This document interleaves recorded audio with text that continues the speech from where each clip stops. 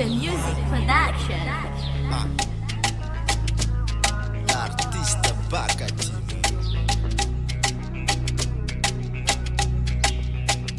Vava kufavua kumundo masuku kwa eva bungo betimani timani atavuzitana wata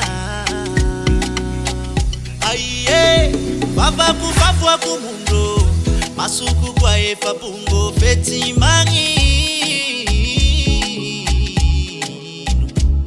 timani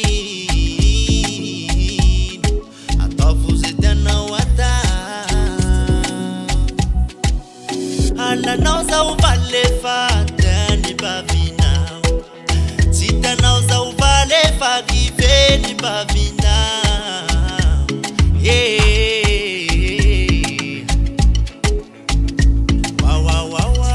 wow. Katimani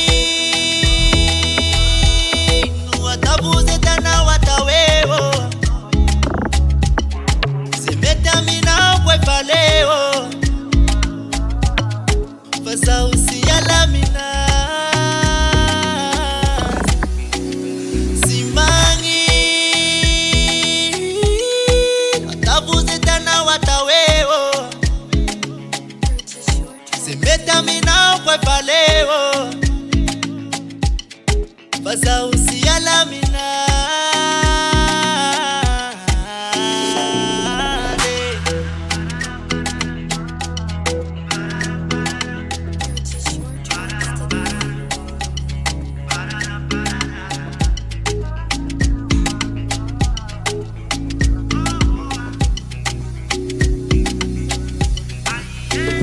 ifangara kwevalerwa tabufaza erwetisarake se ampilami kwevalerwa tabufaza utialaze kondisiona walefa fatao ankotanya pisarakanai fulangu fatimangai hala nauza uvale fata kubavinao sita nauza uvale fakive kubavinao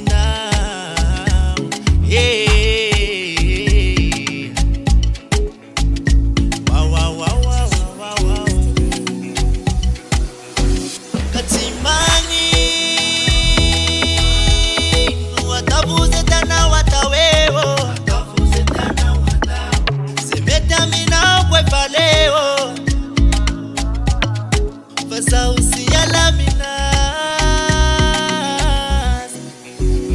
simani atavuze tana watawewo semetamina kwefaleo fasa usiyalamina